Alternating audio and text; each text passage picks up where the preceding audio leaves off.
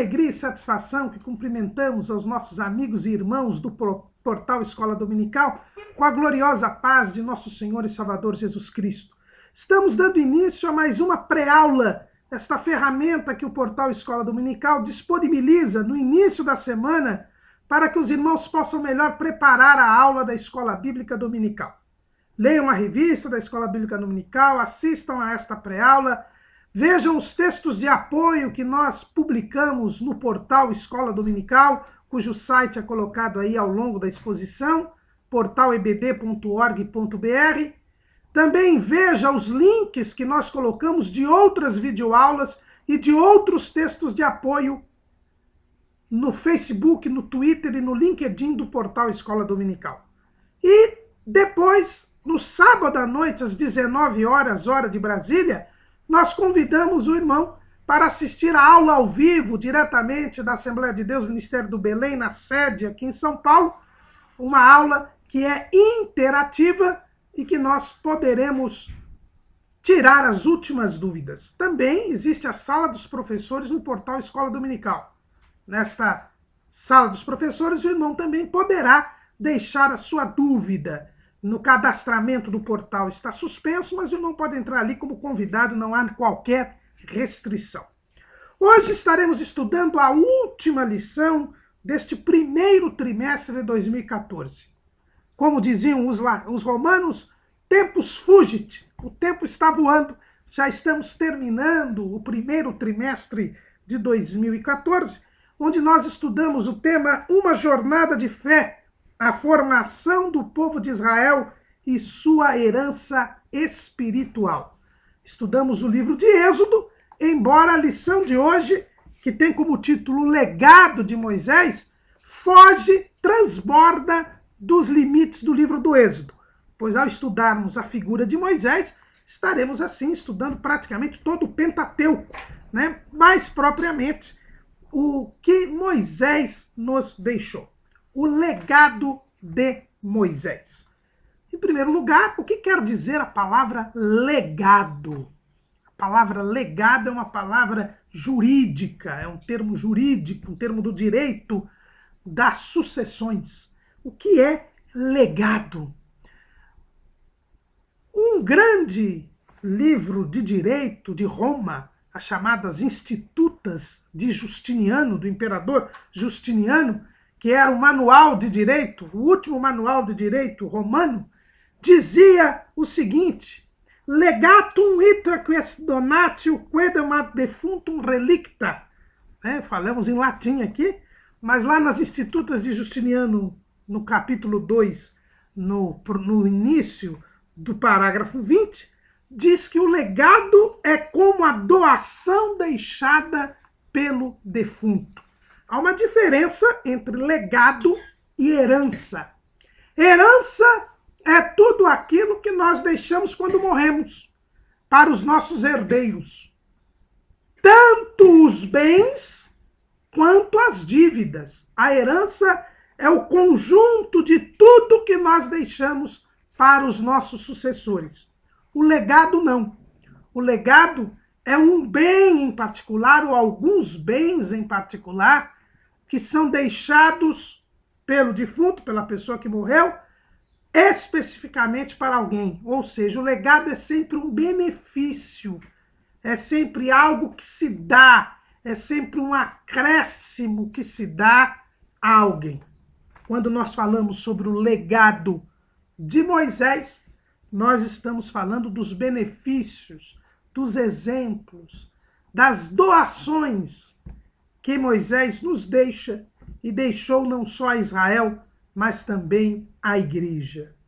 Moisés, sem dúvida alguma, é um dos principais personagens da Bíblia Sagrada. Ele é considerado pelos israelitas até hoje como sendo o maior israelita que já houve. Como Israel não aceita Jesus como Messias, fica Moisés como personagem principal. Foi feita uma pesquisa há uns 10 anos atrás entre os judeus de todo o mundo para saber qual era o mais proeminente judeu. E, sem dúvida alguma, o mais proeminente judeu é Moisés nessa pesquisa, tendo em vista que eles não aceitam Jesus. Esta posição de Moisés entre os judeus é confirmada pela Bíblia Sagrada. O escritor aos Hebreus, no capítulo 3, ele também deixa bem claro para nós o grande papel que Moisés exerceu. É dito ali, no capítulo 3, pelo que, irmãos santos, participantes da vocação celestial, considerai a Jesus Cristo, apóstolo e sumo sacerdote da nossa confissão, sendo fiel ao que o constituiu, como também o foi Moisés em toda a sua casa. Embora aqui o escritor aos Hebreus esteja mostrando a superioridade de Jesus em relação a Moisés, ele não deixa de consignar que Moisés era um servo fiel em toda a sua casa. Esta expressão do escritor aos Hebreus não vem da sua cabeça, não é sequer uma revelação inédita do Espírito Santo. Mas o escritor aos Hebreus, ele repete o que o próprio Deus disse a respeito de Moisés. Está lá em Números, capítulo 12, versículo 7. Quando o próprio Deus diz, naquele episódio, daquela rebelião de Miriam e de Arão, o próprio Deus diz para Miriam e para Arão: não é assim com o meu servo Moisés, que é fiel em toda a minha casa. O próprio Deus dá testemunho de Moisés, mostrando que ele era um servo fiel em toda a sua casa. E é exatamente esta fidelidade o primeiro legado, o primeiro bem, a primeira doação, o primeiro benefício que Moisés deixa para todos nós. E nós começamos a nossa lição, o nosso texto de apoio, o nosso esboço, falando sobre esta fidelidade de Moisés, mas num outro patamar, porque não houve nenhuma lição a respeito do último capítulo do livro de Êxodo, que é o capítulo 40. Como nós nos dedicamos este trimestre ao livro de Êxodo, nós entendemos por bem começar esta lição sobre o legado de Moisés com a narrativa do último capítulo do livro do Êxodo. O livro de Êxodo termina no seu capítulo 40 com a inauguração do tabernáculo. Moisés havia recebido no Monte Sinai o modelo do tabernáculo. Havia transmitido para o povo aquele projeto. O povo havia se engajado no projeto do tabernáculo. Deus usou a Bezaleel, usou também a Elimeleque para que eles construíssem o tabernáculo, né? A Eliabe e a Bezaleel. E, juntamente com ele, vários outros israelitas. E chegou o momento de se erguer o tabernáculo, de edificar o tabernáculo. E o Senhor, no primeiro mês, no primeiro dia do mês, já no início do segundo ano da libertação do povo do Egito, ele mandou que Moisés levantasse o tabernáculo, levantasse a tenda da congregação. O fato de Deus ter mandado Moisés levantar o tabernáculo já nos mostra a posição singular que teve Moisés, não só entre os filhos de Israel naquele tempo, mas na própria história de Israel. Sem dúvida alguma, Moisés é uma personagem diferenciada no Antigo Testamento, porque ele recebeu de Deus a incumbência de construção do tabernáculo e agora é ele quem deve levantar o tabernáculo. É por isso que o Senhor se refere a Moisés como sendo servo fiel em toda a sua casa. Moisés foi aquele que recebeu de Deus o projeto do tabernáculo e o implementou. E agora ele o levanta. E ao levantar o tabernáculo, ele seguiu rigidamente, estritamente as orientações de Deus. Assim como ele havia dirigido à construção do tabernáculo, das peças, das tábuas, das cortinas, conforme Deus havia lhe dado, ele também ergue o tabernáculo seguindo as orientações de Deus. É o que nós vemos lá em Êxodo 40 e 16. E fê-lo Moisés, conforme a tudo o que o Senhor lhe ordenou, assim o fez. É por isso que Deus dá o testemunho de que ele é fiel em toda a sua casa. Porque ele cumpriu integralmente todas as orientações de Deus, desde quando recebeu o modelo do tabernáculo. Isso é um exemplo para nós. Fidelidade, irmãos, é seguir as orientações de Deus. Só é fiel ao Senhor aquele que segue rigidamente, estritamente as orientações do Senhor. Seguir as orientações do Senhor é uma necessidade para quem quer entrar no céu. Moisés, ele era fiel em toda a sua casa. Assim como Deus mandou, Moisés fez. Ele não alterou a ordem da edificação. Se os irmãos verificarem ali, a partir do versículo 3 até o versículo 15, nós temos uma sequência que Deus determina para a edificação do tabernáculo. E esta sequência é uma sequência que foi cumprida rigorosamente pelo servo Moisés. Aliás, a expressão que Deus sempre usa para Moisés é esta. Moisés ele é chamado de servo pelo Senhor. Né? Aqui nós já vimos em Números, ele diz, não é assim com o meu servo Moisés.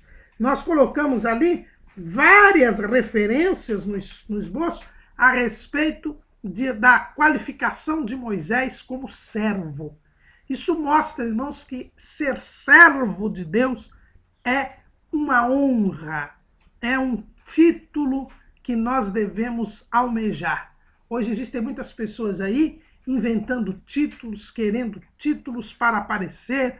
Uns são apóstolos, outros são bispos, já até pessoas que se dizem querubins, patriarcas, mas o maior título que alguém pode ter é o de servo de Deus. Moisés se distingue de todos os israelitas do seu tempo e dos outros tempos também, com exceção, nós vamos ver, de Jesus e de João Batista. Mas Moisés é chamado por Deus de servo. E por que é servo? Porque ele está a serviço. Porque ele cumpre as orientações. Porque ele reconhece a Deus como Senhor. Ele é obediente. Ele é temente a Deus. É por isso que o maior título que nós temos é o de servo. E está aí mais um legado que Moisés nos deixa. O primeiro é a fidelidade. O segundo é que o título de servo, aquele que está a serviço de Deus, é, sem dúvida alguma, a principal meta, o principal objetivo que nós podemos alcançar. Lembremos sempre que Jesus parte da consideração de que seus discípulos são servos. Mesmo mostrando que a dispensação da graça é superior à da lei, Jesus diz o seguinte, já no capítulo 15 de João, nas suas últimas instruções: já vos não chamarei servos, porque o servo não sabe o que faz o seu senhor, mas tenho-vos chamado amigos, porque tudo quanto ouvi de meu Pai vos tenho feito conhecer. Além de servo, Jesus quer que nós sejamos seus amigos. Moisés, ele era servo, fiel em toda a sua casa. Ele não sabia que tudo aquilo que ele havia construído no tabernáculo era figura e apontava para Jesus. Hoje nós já sabemos. Tudo quanto ouvimos de Cristo é tudo quanto o Senhor queria que nós conhecêssemos dele. Por isso nós não somos mais servos, somos amigos. Temos uma intimidade ainda maior com Deus do que teve Moisés. Mas o fato é que nós somos amigos, mas antes de ser amigos, nós temos de ser servos. Jesus disse, já não vos chamarei servos. Isso é sinal de que, em primeiro lugar, nós temos que ser servos. Nós temos que ser obedientes. Nós temos que ser fiéis. Nós temos que fazer do jeito que Deus quer. Cumprir as suas ordens, cumprir os seus mandamentos, para então podermos ser seus amigos. Moisés era servo. Mesmo depois de morto, Deus o chamou de servo. Lá quando se dirige a Josué, no capítulo 1, nós vemos o versículo 1. E sucedeu, depois da morte de Moisés, servo do Senhor, que o Senhor falou a Josué, servo, filho de Nun, servo de Moisés, dizendo, Moisés, meu servo, é morto.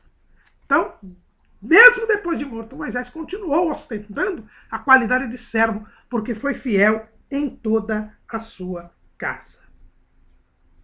Além de servo, Moisés era um servo agradável a Deus.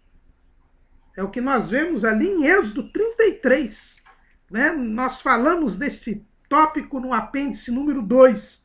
Não é? Quando Moisés, que sabia que era servo de Deus, agradável a Deus. Olha o que ele diz lá em Êxodo 33 e 12. E Moisés disse ao Senhor, eis que tu me dizes, fazes subir a este povo, porém não me fazes saber a quem has de enviar comigo. E tu disseste, conheço-te por teu nome, também achaste graça aos meus olhos. Moisés era um servo que tinha intimidade com Deus. É por isso que Deus diz para Moisés, eu te conheço por nome. Essa expressão, eu te conheço, dentro da cultura hebraica, quer dizer, eu tenho intimidade com você. Eu tenho intimidade com você. Nós estamos envolvidos, nós estamos comprometidos. Não nos esqueçamos, irmãos, que lá no Monte Sinai, quando Deus chama Moisés, Moisés quer saber o nome de Deus. E Deus lhe fala o nome, eu sou o que sou, Yahvé. E agora Moisés também é conhecido por nome por Deus. Lá quando Deus se dirige a Moisés, diz 2 vezes, Moisés, Moisés. Então havia uma intimidade, ali se construiu uma intimidade entre Deus e Moisés. E é por isso que o próprio Moisés dizia, tu disseste para mim, eu te conheço por nome e achei graça aos meus olhos. E o próprio Deus confirma isto neste mesmo diálogo. Agora no versículo 17 do capítulo 33 de Êxodo, então disse o Senhor a Moisés, farei também isso que tens dito, porquanto achaste graça aos meus olhos e te conheço por nome. Deus confirma que havia uma intimidade, um comprometimento entre Deus e Moisés. Então Moisés não era apenas um servo, não era apenas fiel, mas ele era um servo íntimo de Deus. E esta intimidade, Jesus aumentou para nós.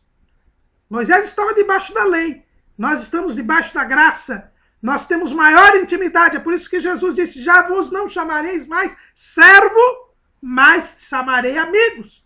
Moisés não foi chamado amigo por Deus, Abraão foi, porque Abraão gozava da mesma qualidade que nós temos na graça. Moisés foi chamado de servo, mas tinha intimidade com Deus. E nós temos intimidade com Deus? Deus nos conhece por nome? Nós achamos graça diante de Deus? O verdadeiro salvo é conhecido por Deus por nome e acha graça aos olhos do Senhor. O próprio Jesus disse lá no Evangelho, segundo escreveu João, capítulo 10, no versículo 14, eu sou o bom pastor e conheço as minhas ovelhas e das minhas sou conhecido. Versículo 27, as minhas ovelhas ouvem a minha voz e eu as conheço e elas me seguem. E dou-lhes a vida eterna, e nunca hão de perecer, e ninguém as arrebatará da minha mão. Quando somos conhecidos por Deus e quando conhecemos a Deus, quando temos intimidade com Ele, nós achamos graça aos seus olhos. E por isso não iremos perecer. É por isso que a igreja não passará pela grande tribulação. Porque a igreja acha graça aos olhos do Senhor. E assim como Noé achou graça aos olhos do Senhor e foi salvo do juízo, salvo do dilúvio, a igreja também, por achar graça aos olhos do Senhor, será salva da grande tribulação. Moisés, por ter achado graça aos olhos do Senhor, não sofreu as consequências do pecado do bezerro de ouro. Quando nós estudamos na lição de número 6, nós vimos que há um entendimento dos rabinos judeus de que tudo de mal que acontece com Israel hoje é consequência do episódio do bezerro de ouro. Porque eles tomaram aquele pó, naquela água com pó do bezerro, depois que Moisés o moeu. Mas Moisés não tomou aquele bezerro, aquele pó. Por quê? Porque ele estava no monte com Deus. Ele estava em intimidade com Deus. E por isso, nem ele nem Josué tomaram desta água. E é isto que Deus quer que nós também tenhamos. É por isso que o apóstolo Paulo diz lá em 1 Tessalonicenses 1:10 que o Senhor nos salvará da ira futura. E lá no livro do Apocalipse, quando Jesus manda João escrever aquela carta à igreja de Filadélfia, é dito que como guardaste a palavra da minha paciência, também eu te guardarei da hora da tentação que há de vir sobre o mundo. Só quem tem intimidade com Deus, só quem conhece a Deus por nome e por ele é conhecido, é que pode ser chamado de ovelha de Cristo Jesus. E por isso não perecerá, não sofrerá o juízo divino, porque é um servo íntimo de Deus. Será que eu e você podemos nos colocar nesta situação? E qual foi o resultado, o efeito desta fidelidade de Moisés na inauguração do tabernáculo? Nós encontramos ali, no capítulo 40 de Êxodo, e aconteceu, versículo 17, aconteceu no mês primeiro, no ano segundo, ao primeiro do mês, que o tabernáculo foi levantado.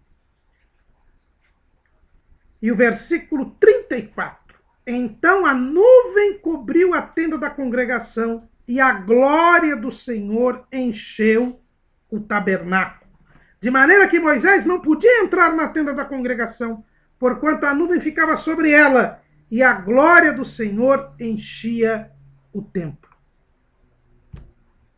O resultado da fidelidade de Moisés foi a manifestação da glória de Deus. Deus encheu com a sua glória o tabernáculo, e ninguém podia entrar nele. Deus se agradou da fidelidade de Moisés e veio habitar do tabernáculo. Veio estar com o povo. Se fez presente. Se nós formos fiéis, o Senhor manifestará a sua glória. Se nós formos fiéis, se nós formos servos íntimos, nós contemplaremos e desfrutaremos da glória de Deus. A glória de Deus estava sempre presente na vida de Moisés. Não é à toa que quando Moisés aparece no Monte da Transfiguração, aparece com Jesus glorificado, em plena manifestação da glória de Deus. Quem é fiel ao Senhor terá a glorificação. É por isso que o termo final da salvação de quem crê em Jesus é a glorificação. Lá na Epístola aos Romanos, Paulo escreve com muita propriedade, versículo 30, e aos que predestinou, a estes também chamou, e aos que chamou, a estes também justificou, e aos que justificou, a estes também glorificou. E o apóstolo João mostra que esta é a esperança e este é o estágio final de todo salvo em Jesus Cristo. Lá na primeira carta de João, capítulo 3, diz: vede quão grande caridade nos tem concedido o Pai, que fôssemos chamados filhos de Deus. Por isso o mundo nos não conhece, porque o não conhece a Ele. Amados, agora somos filhos de Deus, e ainda não é manifestado o que havemos de ser. Mas sabemos que quando Ele se manifestar, seremos semelhantes a Ele, porque assim como é, o veremos. Então nós também seremos glorificados como Jesus foi glorificado na sua ressurreição. E isso é uma recompensa da nossa fidelidade. Moisés, por ter sido fiel em toda a sua casa, em toda a casa de Deus, vê a manifestação da glória de Deus. A nuvem encheu o templo e veio fogo do céu. Isto nós vemos lá em Levítico, capítulo 9, versículo 23 e 24. Então entraram Moisés e Arão na tenda da congregação, depois saíram e abençoaram ao povo. E a glória do Senhor apareceu a todo o povo, porque o fogo saiu de diante do Senhor e consumiu o holocausto e a gordura sobre o altar, o que vendo todo o povo jubilaram e caíram sobre as suas faces. Deus encheu a glória do tabernáculo. E depois Arão, já constituído sumo sacerdote, quando conseguiu entrar na tenda da congregação, e quando saiu da tenda da congregação na companhia de Moisés, fogo do céu veio e consumiu o sacrifício. E pôs fogo no altar, porque aquele altar do sacrifício, ele teve fogo diretamente do céu. É por isso que Nadab e Abiú, quando eles foram pegar outro fogo, que não esse que veio do céu, para oferecer incenso no lugar santo, aquele fogo era estranho e por isso eles morreram fulminados. Deus fez arder o fogo sobre o altar. Aquele fogo que não podia mais se apagar, porque era o fogo que tinha vindo de Deus. Mas o fogo de Deus veio numa demonstração do agrado de Deus por causa da fidelidade de Moisés. E para nós está também preparado uma glória, a glória que para nós está reservada, como diz o apóstolo Paulo, depende da minha e da sua fidelidade. Então, nós fizemos esta análise sucinta do último capítulo do livro de Êxodo, primeiro porque não foi tratado em nenhuma lição específica, e em segundo lugar, porque já é um legado que Moisés nos deixa. Já é um legado que Moisés nos deixa. Porque pela sua fidelidade, pela sua qualidade de servo, ele teve como recompensa a glória de Deus, o agrado de Deus, a manifestação de Deus. Moisés, irmãos, ele assume uma posição singular na história do Antigo Testamento, precisamente porque ele exerceu dois ofícios, e vamos dizer assim, 2,5, né, dos ofícios estabelecidos por Deus para o seu povo. Os irmãos sabem que Deus escolheu 3 funções para serem exercidas num povo de Israel. Os chamados 3 ofícios. O ofício de profeta, o ofício de sacerdote e o ofício de rei. Eram 3 figuras que Deus estabeleceu no meio do seu povo, figuras estas que eram escolhidas pelo próprio Deus. Deus escolheu Arão e seus filhos para o sacerdócio, como nós já estudamos na lição de número 11. Deus escolhia as pessoas para ser profetas, para serem seus mensageiros, seus porta-vozes. E Deus também escolheu os reis que deveriam reinar sobre Israel, depois que o próprio Deus rejeitou que Deus reinasse sobre eles.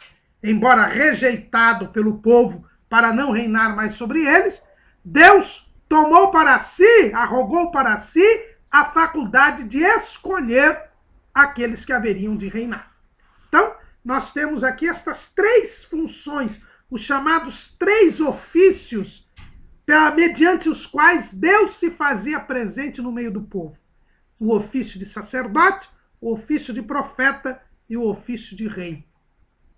Só Jesus Cristo exerceu estes 3 ofícios, porque ele é o Messias, o ungido, o escolhido de Deus.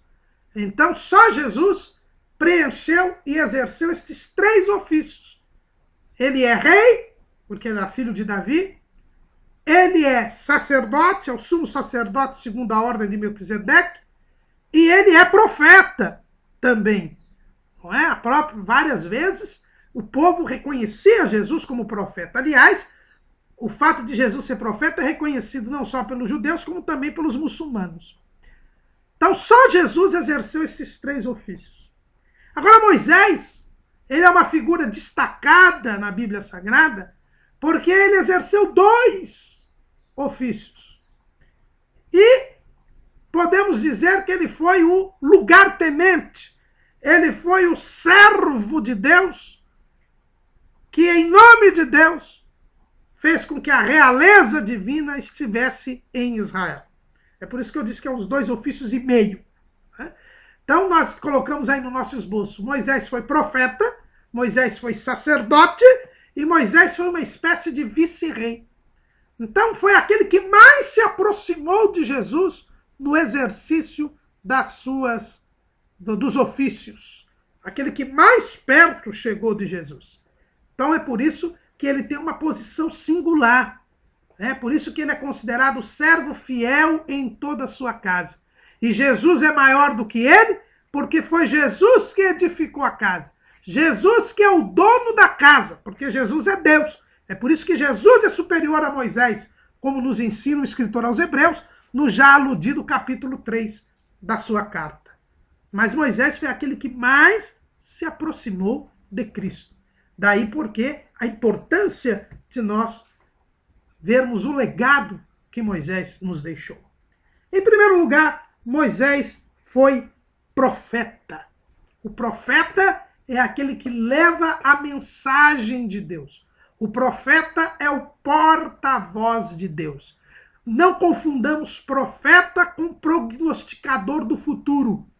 O profeta pode sim predizer o futuro.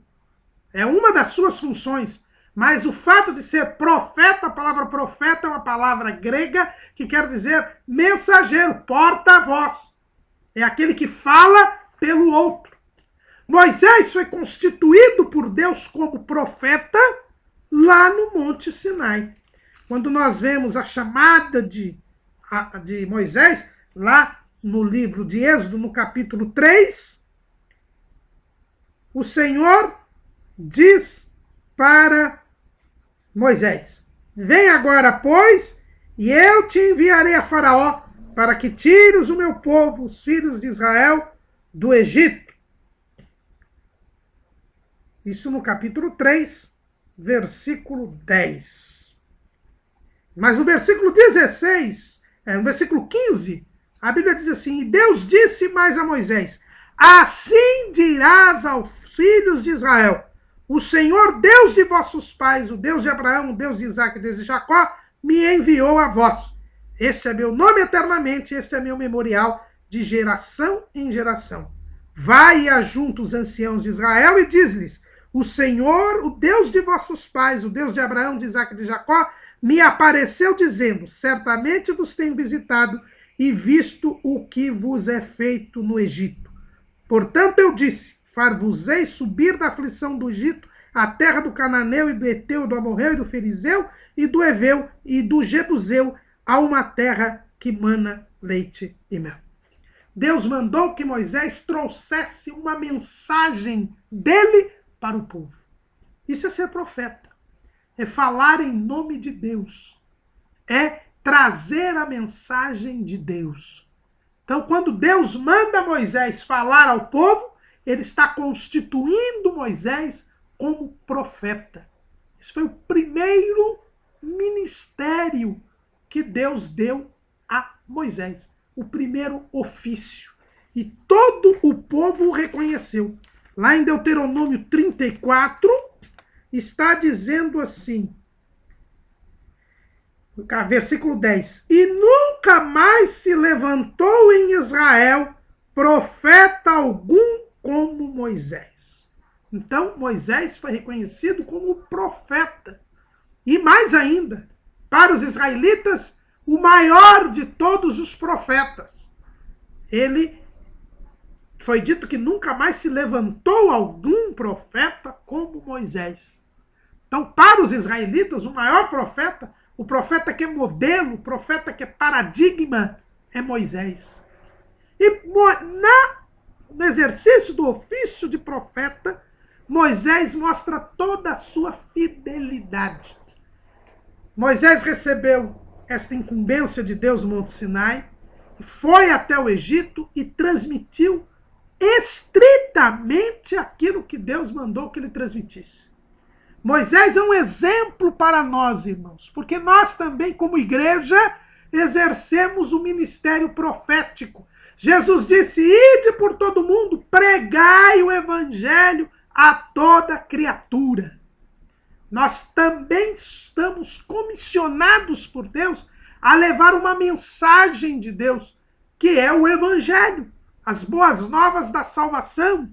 E nós devemos fazer como Moisés. Se nós formos ver o que Deus mandou que Moisés falasse ao povo, o que Deus mandou que Moisés falasse a Faraó, o que Deus mandou que Deus falasse ao povo já no deserto, Moisés jamais tirou ou acrescentou qualquer coisa. Moisés sempre foi fiel na sua mensagem. A lei de Moisés, ela é chamada a lei de Moisés, mas ela é a lei de Deus. Porque Moisés transmitiu todos os 613 mandamentos que Deus mandou que Moisés transmitisse ao povo. A fidelidade de Moisés é tanta que os judeus dizem que todas as suas tradições orais, que foram acrescentadas à lei escrita, também foram dadas por Deus a Moisés. Para que eles legitimem essa tradição, eles dizem que elas eram do conhecimento de Moisés. Moisés ele foi tão fiel que a lei contém tudo quanto Deus quis que eles tivesse. Moisés não esqueceu nenhum mandamento. Moisés não acrescentou nenhum mandamento. As tradições que vieram depois, que os judeus reportavam a Moisés, na verdade não foram criadas por Moisés. Mesmo o divórcio, a Bíblia diz que Moisés deu a lei do divórcio pela dureza dos corações dos israelitas, não em desobediência a Deus. Então nós temos aqui a fidelidade de Moisés como profeta. É um legado que ele nos deixa. E nós devemos aprender com Moisés a não tirar nem acrescentar aquilo que tem a palavra de Deus. É por isso que nós não aceitamos que a tradição possa suplantar a palavra de Deus, como faz a igreja romana, por exemplo. Não. Nós temos que ser fiéis. O apóstolo Paulo diz, nós não podemos ir além do que está escrito. E aprendamos isto com Moisés. Moisés não tirava nem punha. A única vez que Moisés fez em desconformidade com a ordem de Deus, lhe custou a entrada na terra prometida. Quando ele fere a rocha 2 vezes, ao invés de falar a rocha. Mas isso não foi uma mensagem que ele transmitiu ao povo. Ele desobedeceu uma ordem que Deus lhe havia dado. Mas jamais Moisés distorceu a mensagem que deu para o povo. Que bom seria se todos os pregadores, se todos os ensinadores da palavra fossem tão fiéis quanto Moisés na mensagem do evangelho. Está faltando pregar o evangelho, irmãos. A simplicidade do evangelho. Hoje há muita invenção, hoje há muita teoria, hoje há muita doutrina de homens, hoje há muito mandamento de homens. Mas Moisés, como profeta, ele sempre foi fiel à mensagem que transmitiu. E ele foi um profeta diferente dos outros. O próprio Deus é quem diz, lá em Números, capítulo 12, no versículo 7. Não é assim com meu servo Moisés, que é fiel em toda a minha casa. Boca a boca falo com ele, e de vista e não por figuras, pois ele vê a semelhança do Senhor. Versículo 6. Ouvi agora as minhas palavras. Se entre vós houver profeta, eu, o Senhor, em visão a ele me farei conhecer, ou em sonhos falarei com ele. Ao contrário dos outros profetas, quando nós vemos no Antigo Testamento, todos os outros profetas, Deus falava com eles através de visão ou através de sonho. Deus não falava diretamente com o profeta, mas com Moisés não. Com Moisés, Deus falava cara a cara, boca a boca falava com Moisés. Havia uma ligação direta entre Deus e Moisés.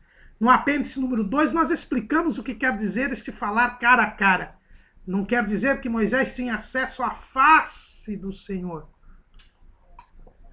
pois ele estava na lei. Só na graça, só na promessa de Abraão, nós podemos ver a face do Senhor. Moisés não podia, mas ele tinha uma ligação direta com Deus. O próprio povo, quando Deus se manifesta no Monte Sinai, ele pede para que Moisés falasse com o povo, e depois Moisés falasse. Que Deus falasse com Moisés, e depois Moisés falasse com o povo. É por isso que Moisés é chamado pelo apóstolo Paulo de medianeiro. Ele era o medianeiro entre Deus e o povo. E por esta posição, por este papel de medianeiro, ele recebeu a lei de Deus e entregou para o povo. Ele recebeu as instruções de Deus e falava para o povo. Ele recebia as soluções dos problemas judiciais diretamente de Deus e então sentenciava para o povo. Moisés, ele era um medianeiro. E por isso a sua qualidade de profeta era superior às dos demais profetas. Porque os demais profetas tinham uma comunicação indireta com Deus, através de sonhos, através de visões.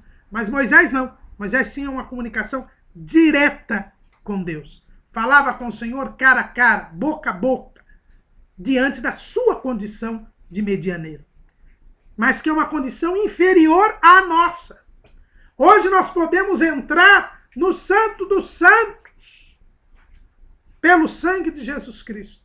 Hoje nós podemos contemplar a face do Senhor. Lembrem de Estevão, quando estava para morrer, ele diz: eis que vejo os céus abertos e o Filho do Homem em pé à direita do Pai. Então, Estevão teve acesso pleno ao trono de Deus, o que Moisés não tinha. Hoje nossa condição é maior do que a de Moisés. E isso nos faz verificar o que Jesus disse lá em Lucas, capítulo 7, versículo 28. E eu vos digo que entre os nascidos de mulheres não há maior profeta do que João Batista, mas o menor no reino de Deus é maior do que ele. Embora os israelitas considerem Moisés como sendo o maior profeta, na verdade o maior profeta da antiga aliança é João Batista. Foi Jesus quem disse: entre os nascidos de mulheres não há maior profeta do que João Batista. Por quê? Porque João Batista viu a Cristo. João Batista apresentou a Cristo como o Cordeiro de Deus que tira o pecado do mundo, como o Messias. João Batista preparou o caminho do Senhor. E isto é superior ao mero anúncio do Messias, que foi o que fez Moisés. Moisés, ele anunciou o Messias. Ele é um profeta messiânico. Inclusive, uma das nossas leituras diárias desta lição fala sobre Moisés como profeta messiânico. Ele anunciou a Cristo. O próprio Jesus diz que Moisés falou dele. Ele disse lá em Deuteronômio 18,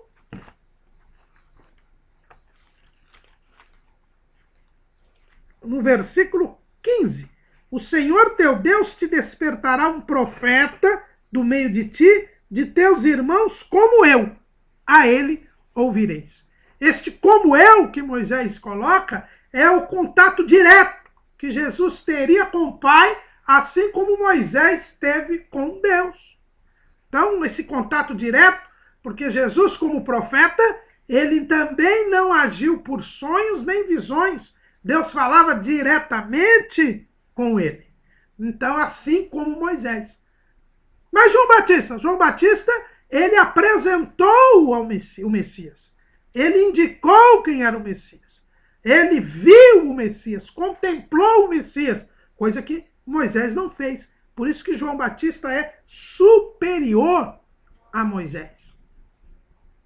Mas qualquer salvo é superior a João Batista. Está escrito aqui, o menor no reino de Deus é maior do que ele.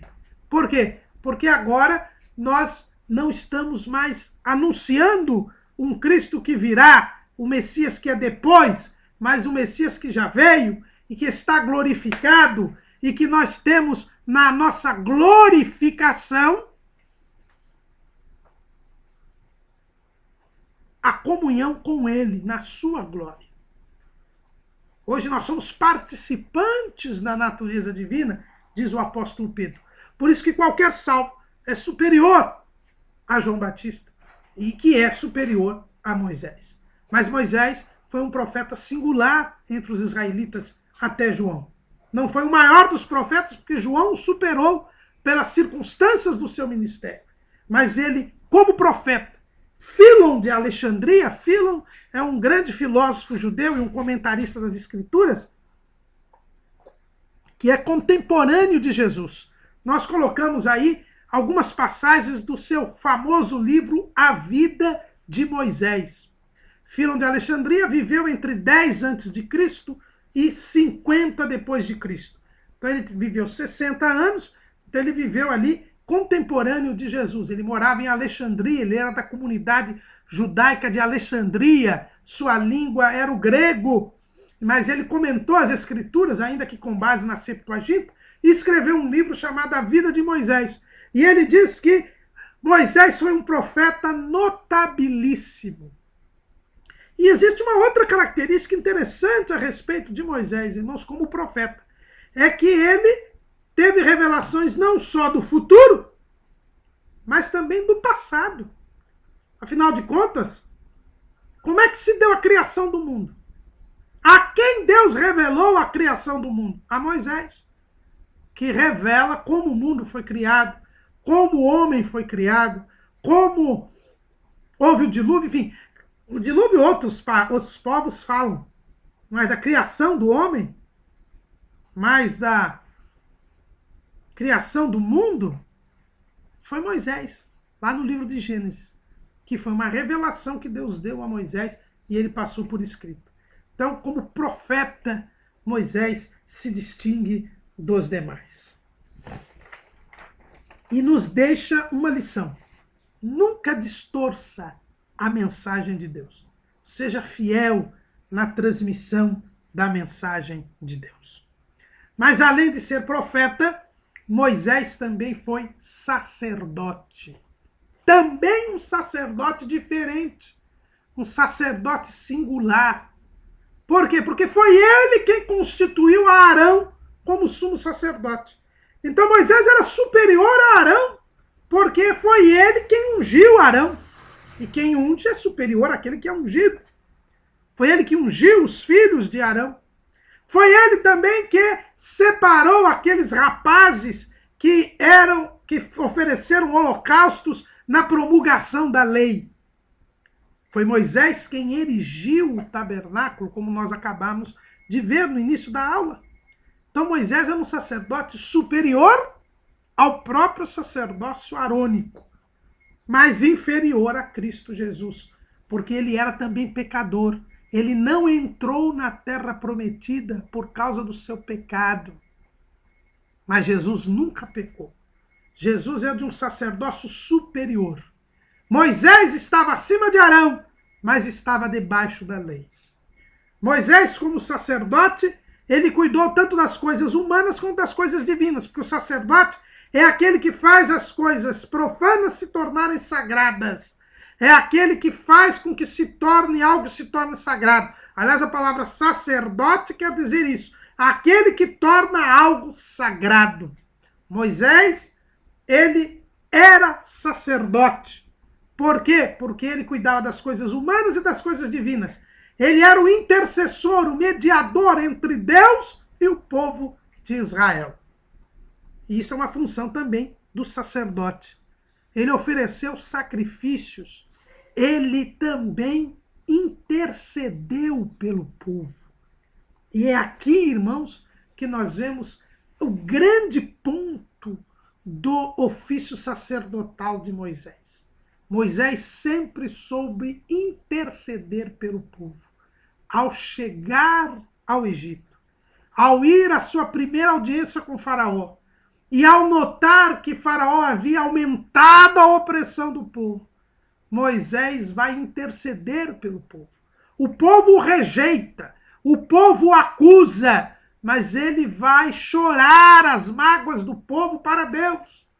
E Deus então lhe revela o que iria acontecer, e faz lembrar que Deus havia dito a ele: você se esqueceu? Eu não disse que Faraó iria endurecer seu coração? E Moisés vai interceder pelo povo. Depois das pragas, Moisés vê a libertação do povo, o povo atravessa o Mar Vermelho, e Moisés louva a Deus e leva o povo a cantar o seu cântico. O sacerdote não só intercede nas horas de crise, nas horas de dificuldade, de adversidade, mas ele também leva o povo à presença de Deus na hora da vitória, na hora do agradecimento, na hora da adoração. Este cântico de Moisés, nós já dissemos aqui, na lição número 5, foi o primeiro cântico da Bíblia. E ele leva o povo todo a entoar este cântico. E é interessante, irmãos, que este cântico é tão importante. Revela tanto a intimidade que Moisés tinha com Deus, que lá no livro do Apocalipse, no capítulo 15, no versículo 1, nós lemos o seguinte: e vi outro grande e admirável sinal no céu. 7 anjos que tinham as 7 últimas pragas, porque nelas é consumada a ira de Deus. E vi com um como mar de vidro misturado com fogo.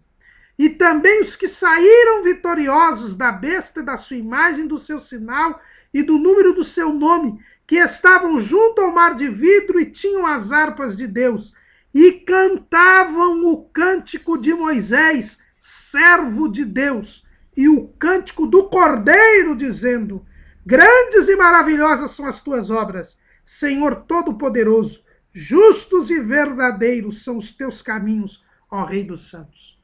Moisés tinha tanta intimidade com Deus que este cântico que ele fez o povo entoar depois da vitória sobre o Mar Vermelho, este cântico que ele entoa também antes de morrer, antes de dar a bênção final, Deus lhe dá um cântico para servir de testemunho, de testemunha contra os filhos de Israel. É o que nós vemos lá no livro de Deuteronômio, capítulo 31,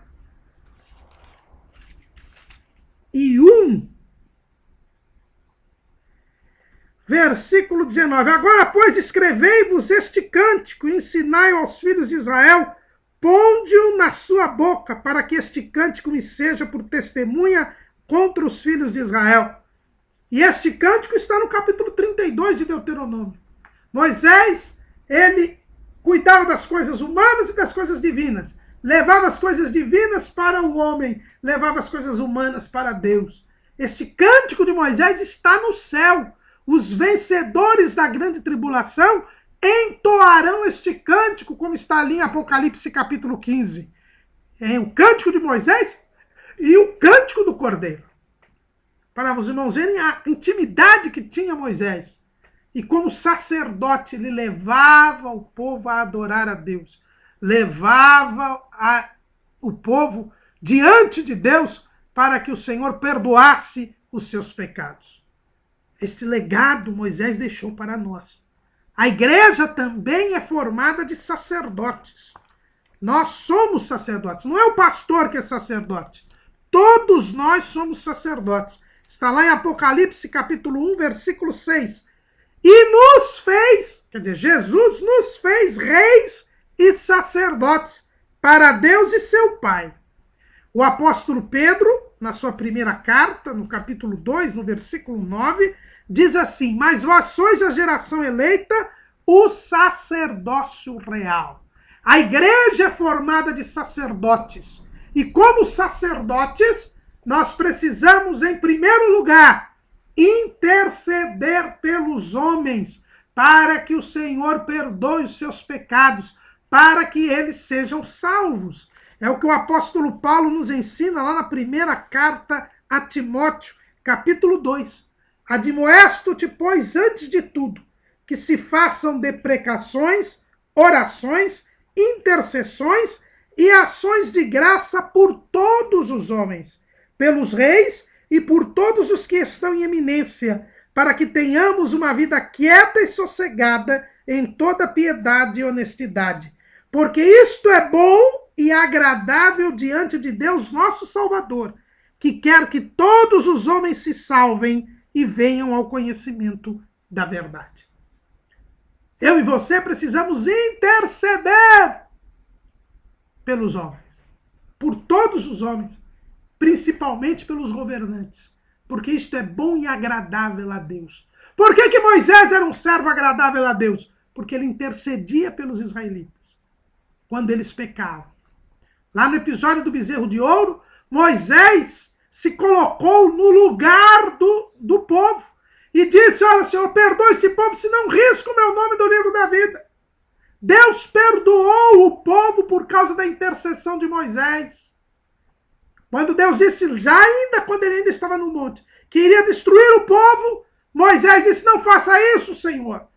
Os egípcios dirão que tu não tiveste condições de colocá-lo na terra prometida. Aí Deus não destruiu o povo. Depois Moisés voltou ao monte para interceder pelo povo, porque viu que o pecado era pecado grande. Obteve o perdão de Deus, obteve a misericórdia de Deus. Houve as segundas tábuas das leis, como nós vimos no apêndice número 2. Só não conseguiu propiciar os pecados do povo. Porque isso só Jesus poderia fazer. Mas Moisés conseguiu, inclusive, que Deus não abandonasse o povo e continuasse presente no meio do povo durante toda a peregrinação no deserto. Moisés sempre intercedeu pelo povo. Quando Deus disse que ele iria morrer, Moisés pediu a Deus um sucessor, para que o povo não ficasse sem líder, para que o povo não ficasse sem orientação. E Deus atendeu o seu pedido e designou Josué para ficar ao seu lado. É por isso que Moisés é um grande exemplo de homem de oração. O sacerdote ele deve ser um homem de oração. O Catecismo da Igreja Romana, no parágrafo 2577, diz o seguinte: dessa intimidade com Deus fiel, lento para a cólera e cheio de amor, Moisés tirou força e a tenacidade de sua intercessão. Não ora por si, mas pelo povo que Deus adquiriu. Já durante o combate com os amalequitas, ou para obter a cura de Miriam, Moisés intercede. Mas é sobretudo depois da apostasia do povo que ele se posta na brecha diante de Deus. É o que está escrito no Salmo 106, 23. Para salvar o povo. Os argumentos de sua oração, a intercessão também é um combate misterioso, inspirarão a audácia dos grandes orantes do povo judeu e da igreja. Deus é amor, por isso é justo e fiel. Não se pode contradizer. Deve lembrar-se de suas ações maravilhosas. Sua glória está em jogo. Não pode abandonar o povo que traz o seu nome. Moisés nos deixa o legado da oração. Um homem de oração. Nós vamos ver Moisés orando a Deus durante todo o tempo. Desde o momento em que ele chega ao Egito. Quando o povo lhes dá as costas porque aumenta a opressão, ele ora. Todas as vezes que vem as pragas, ele ora, quase todas as pragas, ele ora para que as pragas cessem. Ele ora quando o povo clama a ele, quando vê o exército de Faraó chegando. Ele ora quando o povo reclama e murmura no deserto. Ele ora quando o povo quer apedrejá-lo mais de uma vez. Ele ora, ele ora. Moisés é um homem de oração. E nele nos ensina que para termos intimidade com Deus, para sermos servos agradáveis de Deus, precisamos ter uma vida de oração. Eis mais um legado que Moisés nos deixa. Mais um exemplo que ele nos deixa de sermos homens de oração. Como disse aqui o Catecismo da Igreja Romana, muitos salvos se inspiraram em Moisés para serem grandes homens de oração. E Moisés orava pelo povo, intercedia pelo povo, até colocou em risco a sua própria salvação pelo povo, porque ele amava o povo. É nítido o amor que Moisés tinha pelo povo de Israel e o amor que Deus tinha a Deus. E é por amar o povo e amar a Deus que nós vemos Moisés cumprindo o mandamento de Jesus. O mandamento de Jesus que está lá em João, capítulo 15, versículo 12, que diz o seguinte: o meu mandamento é este, que vos ameis uns aos outros, assim como eu vos amei. A síntese da lei, o próprio Jesus dirá,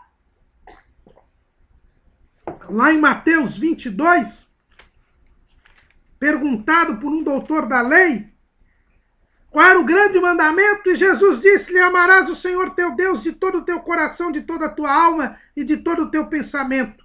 Este é o primeiro e grande mandamento. E o segundo, semelhante a este, é: amarás o teu próximo como a ti mesmo. Destes dois mandamentos depende toda a lei e os profetas. Mateus 22, 37 a 40. Moisés, o legislador, ele cumpriu esta lei. Ele amava a Deus e aos seus irmãos, ao próximo, que são os israelitas. Ele cumpriu isso. É por isso que ele podia interceder. É por isso que ele podia levar o povo a glorificar a Deus nos momentos de alegria e interceder pelo povo nos momentos de adversidade. Porque ele amava a Deus e amava os irmãos. Nós temos que aprender com Moisés isso. Amar a Deus e ao próximo. Isto é a lei e os profetas. Como diz um rabino judeu, o resto é comentário. Moisés só não exerceu o ofício de rei. Jesus foi profeta, sacerdote e rei. Moisés não foi rei. É importante aqui nós tirarmos um equívoco.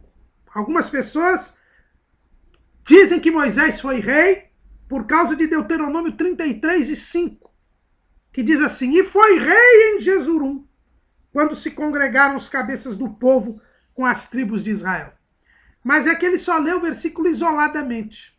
Aqui nós estamos na bênção que Moisés dá para o povo, onde ele mostra todo o seu amor para com o povo de Israel, esta bênção que ele dá ao povo de Israel antes de subir o Monte Nebo e morrer. E olha o que diz: esta, porém, é a bênção com que Moisés, homem de Deus, abençoou os filhos de Israel antes da sua morte. Disse, pois, o que Moisés disse?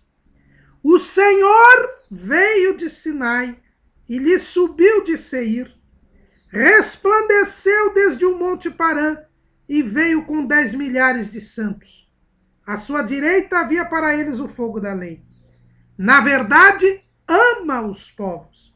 Todos os seus santos estão na tua mão. Postos serão no meio entre os teus pés. Cada um receberá das tuas palavras.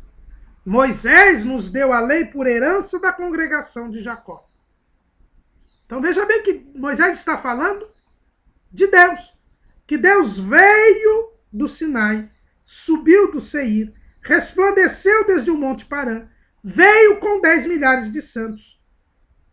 À direita deles, do povo, havia para eles o fogo da lei. O Senhor ama os povos. Todos os santos do Senhor, estão na mão de quem? Do Senhor. Moisés deu a lei e foi rei em Jesurum, é Deus. Deus é quem foi rei em Jesurum. Porque foi ele que veio do Sinai, ele é que subiu de Seir, ele é que ama os povos, ele é quem tem os santos nas mãos. Aí ele mencionou que Moisés deu a lei, mas ele é rei em Jesurum. Tanto que a Bíblia hebraica, publicada aqui pela editora Sefer, coloca esse versículo assim: e o Eterno foi rei em Jesurum. Então Deus é quem foi rei em Israel. Jesurum é o nome poético de Israel, não Moisés. Quem reinava sobre o povo era Deus. Olha a proposta que Deus deu para Israel. Lá em Êxodo capítulo 19. E vós me sereis um reino sacerdotal e um povo santo. Estas são as palavras que falarás aos filhos de Israel. Quando o povo pede um rei, lá em 1 Samuel, capítulo 8, olha o que Deus diz. Primeiro livro de Samuel, capítulo 8. Deus diz o seguinte: e disse o Senhor a Samuel: ouve a voz do povo em tudo quanto te disserem, pois não te tem rejeitado a ti, antes a mim me tem rejeitado, para eu não reinar sobre eles. 8 e 7 de 1 de Samuel. Então quem reinava sobre o povo era Deus. Deus disse: eu quero que vocês me sejam um reino sacerdotal. Eu sou o rei. Moisés nunca foi rei. Ele era um vice-rei. O que é o vice-rei? É aquele que está no lugar do rei. É aquele que cumpre as ordens do rei. É aquele que dirige o cumprimento, a execução das ordens do rei. Como José, que foi governador do Egito. Ele não era o rei do Egito. Faraó estava sobre ele. Mas era José que cuidava do dia a dia do reino, conforme a regra e a ordem de Faraó. Tanto que quando Jacó morre, José vai pedir autorização para Faraó para enterrar o seu pai na terra de Canaã. Então, aqui é a mesma posição de Moisés. Nós dissemos que ele é um vice-rei. Por quê? Porque ele só cumpriu as ordens de Deus. Ele foi um servo fiel em toda a sua casa. Ele deu a lei que Deus lhe transmitiu. Ele fazia os julgamentos segundo a orientação de Deus. Em nenhum momento ele reinou.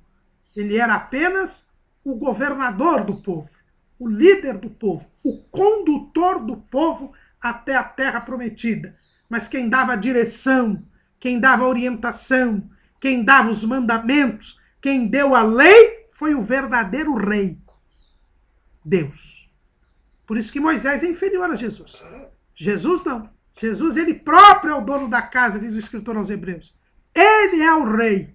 O próprio Jesus disse que ele é rei e que para isso ele tinha vindo. Lá no Evangelho segundo escreveu João, capítulo 18. Versículo 37. Disse-lhe, pois, Pilatos: logo tu és rei? Jesus respondeu: tu dizes que eu sou rei. Eu para isso nasci e para isso vim ao mundo, a fim de dar testemunho da verdade. Todo aquele que é da verdade ouve a minha voz. A verdade é a situação de que Jesus é rei. Ele disse: eu sou rei e para isso eu nasci. Não há, portanto, nenhuma condição de se dizer que Jesus não era rei. Isso foi colocado até na cruz. Jesus Nazareno, rei dos judeus. Jesus era rei, Moisés não. Moisés era vice-rei. Moisés era apenas um cumpridor das ordens reais. Por isso, irmãos, nós não temos a igualdade de Jesus com Moisés. Jesus é superior a Moisés. Mas Moisés foi o que mais se aproximou, porque Moisés foi o legislador. Ele mesmo cumpriu as determinações. Ele mesmo cumpriu as determinações. Secos. Por isso, estamos diante desta situação. Esta é a situação de Moisés. Um homem fiel que soube liderar o povo segundo a orientação de Deus. Segundo a orientação de Deus, ele soube liderar o povo. Assim devem ser os pastores dos nossos dias. Tem que lembrar que a cabeça da igreja é Cristo. Jesus reina. Nós estamos no reino de Deus. A igreja é a agência do reino de Deus. Ele reina. E por isso, os pastores devem seguir a orientação de Deus. Não podem se colocar no lugar de Deus. Não podem se dizer a cabeça visível da igreja. Porque a igreja não tem duas cabeças, tem uma só, que é Cristo Jesus.